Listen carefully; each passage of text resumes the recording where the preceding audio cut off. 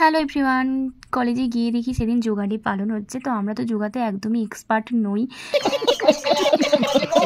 জানি না কিছু, তাও আমরা বসেছি কিছু দেখার জন্য। তো অনেক যোগা দেখেছি, তো অত আমরা পারবো না, কিছু কিছু পারবো। তো আমি বাড়িতে চেষ্টা করি মাঝে মধ্যে একটু ব্যায়াম ট্যায়াম করার, आज आज अभी अभी চর্চায় থাকি, কিন্তু খুব কম, অনেক কম। আগে অনেক থাকতাম, এখন অনেক কমে গেছে।